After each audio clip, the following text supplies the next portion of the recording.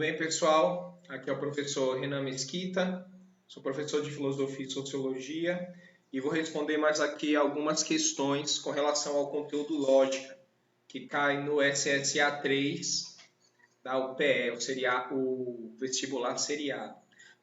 Lógica é um assunto de filosofia. Então, antes da gente realmente entrar no conteúdo, aí vale lembrar que para o aluno conseguir responder questões de lógica do SSA 3, ele precisa ter uma certa intimidade com alguns assuntos. Precisa entender um pouco de história da lógica, como a lógica surge lá na Grécia Antiga e como ela caminha até a modernidade. Características do estudo da lógica, enquanto criação do conteúdo analítica de Aristóteles e alguns outros conhecimentos periféricos ali.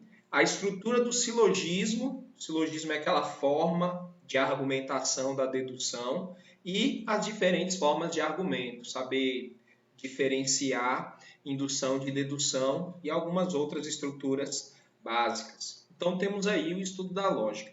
Vamos tentar responder nesse vídeo aqui os SSAs de 2018 e 2017, ok?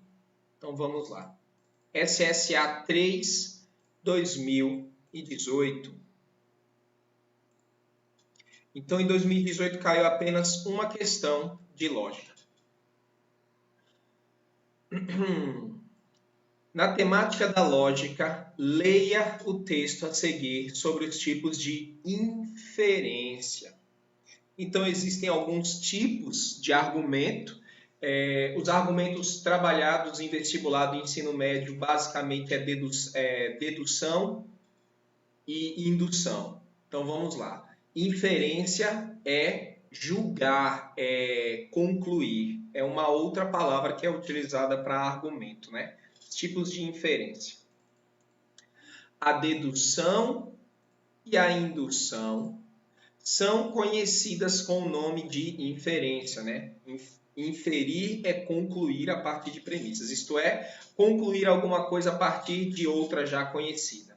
Sobre a indução, que é o objeto desta questão, e a dedução, entende-se como inferências. Sobre a indução e a dedução, entende-se como inferências mediatas. A autora acima enfatiza a singularidade, ou seja, características específicas dos tipos de inferência no âmbito da razão discursiva. Sobre isso, observe a seguinte inferência. Então, temos aqui um argumento. Vou enfatizar isso aqui porque ele é a conclusão, né? Sócrates é um homem mortal, Platão é um homem mortal, Aristóteles é um homem mortal. Então a gente vê aqui, por esse argumento, que ele não é uma dedução. Por quê? Porque uma dedução, ela normalmente é composta por apenas, para ser uma dedução, ela só pode ser composta por duas premissas. Mas a gente vê aqui que esse é composto por três premissas. Então, não é uma dedução. Vamos ver aqui a característica desse argumento. Olha só. Sócrates é um homem mortal, Platão é um homem mortal, Aristóteles é um homem mortal. O que esse argumento está dizendo? Ele está dizendo que os exemplos de um determinado grupo que ele viu são todos mortais. Como todos os exemplos que ele conhece daquele grupo são elementos mortais, então ele conclui. Se Sócrates é homem e é mortal, Platão é homem e é mortal, Aristóteles é homem e é mortal, então eu chego à conclusão de que todos os elementos do grupo homem são mortais. É esse o tipo de argumento que está sendo abordado aqui. Esse tipo de argumento que pega vários elementos de um grupo e vê que existe uma característica dentre eles, e a partir daí eu infiro, ou eu concluo que como todos os elementos que eu conheço têm uma característica, então eu posso ser levado a concluir que todos os elementos daquele grupo vão ter essa característica. Se Sócrates é homem e é mortal, Platão é homem e é mortal, Aristóteles é homem e é mortal, então eu chego à conclusão de que todos os elementos do grupo homem são mortais. O nome desse tipo de argumento é indutivo. Eu fui induzido a crer em algo. Existe um argumento dialético? Não, isso daqui nem existe. Esse daqui é um argumento dedutivo? Não. Pelo simples fato de ter mais do que duas premissas, já não seria uma dedução regular, né? Mas eles não trabalham com isso no vestibular. Existem argumentos disjuntivos e conjuntivos? Existem, mas eles também nunca foram, por enquanto, nunca foram trabalhados no vestibular. Então, assim, essas palavras elas são colocadas aí um pouco para confundir. Então, o aluno ele consegue chegar ali à conclusão de que este é um argumento indutivo.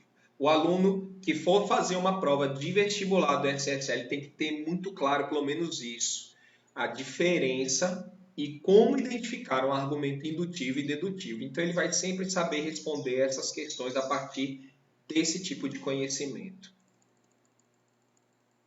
SSA 3 de 2017. Leia o texto a seguir sobre a temática da lógica. A Aristóteles cabe o mérito de ter iniciado o estudo orgânico das regras da lógica.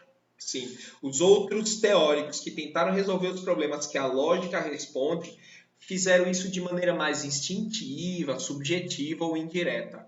Aristóteles literalmente criou as regras da lógica. O mérito principal de Aristóteles é ter fixado com grande exatidão as regras da argumentação dedutiva. Então, Aristóteles identificou a existência da indução e da dedução, só que ele dedicou muito mais importância, ele foi muito mais aprofundado nas regras que regem a dedução, apesar de ele saber que já existia a indução.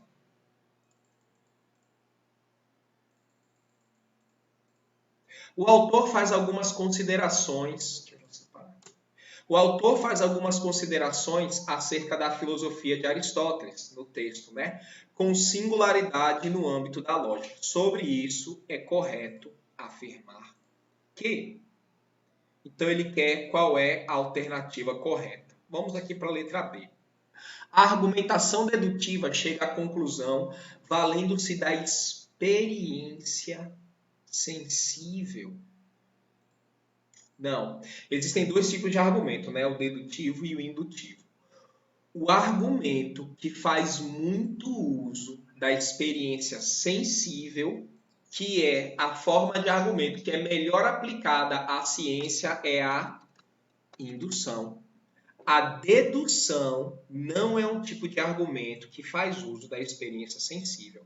Quem faz mais uso da experiência sensível é a indução. Então a B já está errada.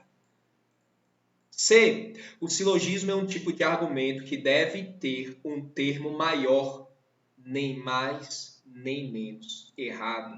A dedução, ela tem um termo maior, o termo médio e o termo menor. A gente trabalhou isso no vídeo, que eu trabalhei isso com mais detalhe no vídeo que a gente responde 2020 e 2019. Então, o argumento do silogismo, o silogismo que trabalha com mais eficiência a dedução, no silogismo dedutivo, ele tem sempre um termo maior, um termo menor e um termo médio. Então, esse negócio de que tem apenas um termo maior, nem mais nem menos, está errado também.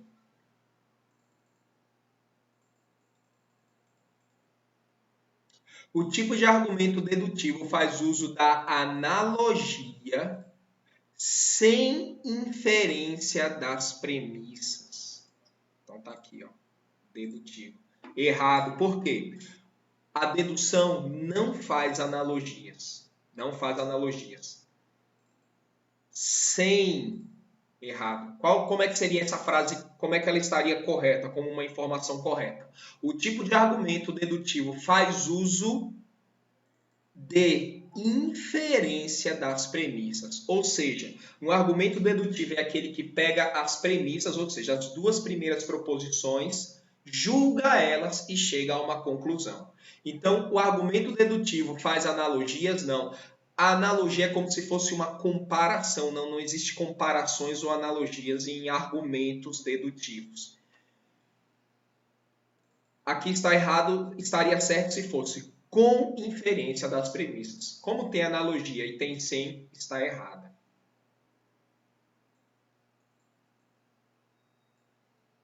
As regras da argumentação dedutiva chegam a uma conclusão partindo de dados particulares? Não. Quem parte de dados particulares é a inferência e não a dedução. Como assim a inferência parte de dados particulares? É só a gente ver o exemplo da inferência aqui, ó. Como é que funciona a inferência? Ela pega vários dados particulares. Sócrates é mortal, Platão é mortal, Aristóteles é mortal. Eu peguei vários dados particulares e aí eu chego a uma conclusão. A dedução trabalha da mesma maneira? Não. A dedução trabalha com ideias gerais. Se todo recifense é pernambucano, é um grupo. Todo pernambucano é brasileiro, é um grupo. Então, todo recifense. Se todo recifense é pernambucano e todo pernambucano é brasileiro, então todo. As três frases trabalham com dados gerais. Então, olha o que está sendo dito aqui. As regras da argumentação dedutiva chegam a uma conclusão partindo de dados particulares? Não. A dedução parte de dados gerais e a inferência parte de dados particulares. O erro nessa frase é particulares.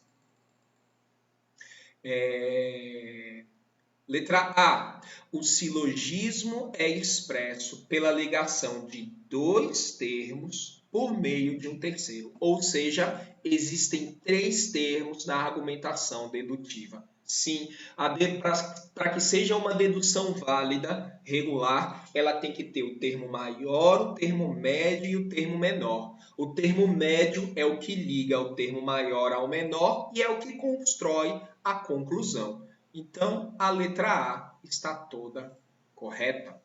Tranquilo? 39. Sobre a lógica, observe o texto a seguir. Para Aristóteles, a lógica não era uma ciência teorética, ou seja, não era uma ciência de teoria e prática e nem prática. Teoréticas são as disciplinas que trabalham com teorias que estão ligadas a comportamento e, inevitavelmente, falam um pouco da realidade também. Não é puramente teórica do comportamento e também não é prática. Ou seja, para produzir algo, mas um instrumento para as ciências. Então, ele está dizendo aqui, ó, para Aristóteles, a lógica era uma ferramenta utilizada para ser aplicada em todas as outras formas de conhecimento, em todas as ciências. Eis o porquê o conjunto das obras lógicas aristotélicas recebeu o nome de órgano. Órgano, a tradução de órgano é instrumento, ou seja, a lógica é um órgano, a lógica é uma ferramenta para ser aplicada nas ciências. É o que está dizendo aí no enunciado. A autora retrata a dimensão que tem a lógica como instrumento do pensamento. A lógica nada mais é do que um instrumento, uma ferramenta que o pensamento faz uso, que a mente faz uso para chegar a argumentos verdadeiros e válidos. No plano das obras da filosofia de Aristóteles, com relação a esse assunto, é correto afirmar que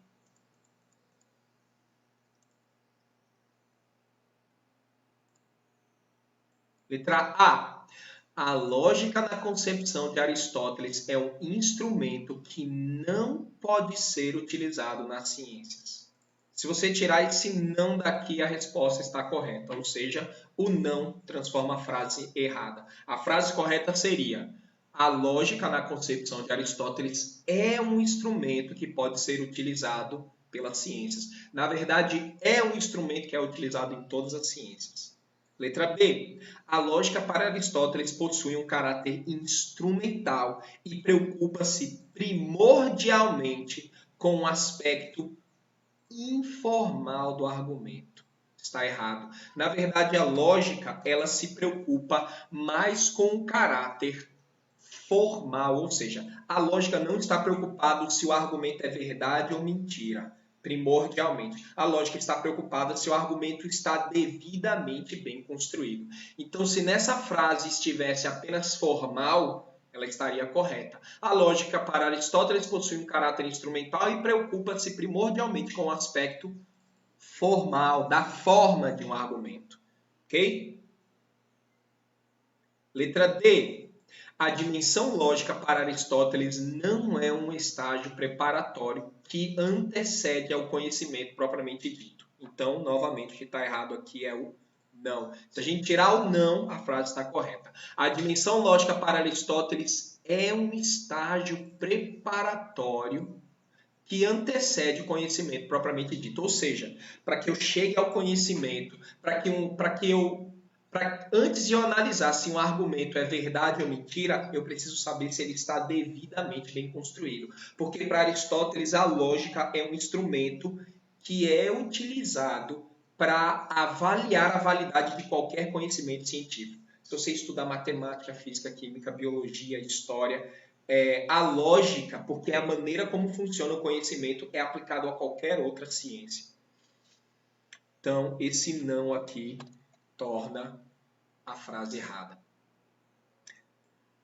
Na lógica clássica de Aristóteles, a ciência prática ou produtiva se sobrepõe ao caráter instrumental do pensamento. Não, nenhuma ciência é possível antes que a lógica tenha agido ali sobre ele. A lógica antecede qualquer ciência. Você precisa entender de lógica para que você aplique ela à realidade e que você chega a conhecimentos verdadeiros. Então, a ciência prática ou produtiva não se sobrepõe, não se coloca primeiro, não é mais importante. E isso está sendo dito no texto do enunciado. Letra C. Aristóteles, na sua lógica clássica, concebe como instrumento do pensamento 3 funções básicas: conceber, julgar e raciocinar.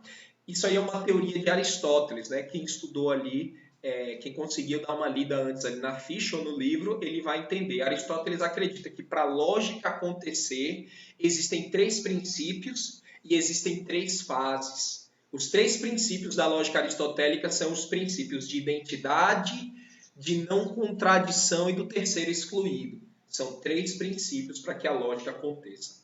E as 3 fases para a lógica acontecer é conceber uma informação, julgar a informação e raciocinar, ou seja, criar uma conclusão a partir dessas informações. Então, essas duas informações da lógica, o aluno precisa saber, porque às vezes ela cai no vestibular. Quais são as 3 fases do pensamento lógico de Aristóteles? Pegar uma informação, conceber, ou seja, apreender, julgar, ou seja, analisar, e racionalizar, ou seja, criar uma conclusão. As outras 3, a outra informação muito importante com relação à lógica de Aristóteles são os 3 princípios necessários para que algo seja lógico. É o princípio de não contradição, o princípio do terceiro excluído e o princípio de identidade. A gente encontra isso em qualquer livro de lógica de ensino médio. Então, a resposta correta aí da questão 39 do SSAI é a letra C. Tranquilo, pessoal? Qualquer dúvida, qualquer erro na interpretação, vocês sabem como me procurar. Vejam aí o vídeo quantas vezes você quiser. Fiquem bem.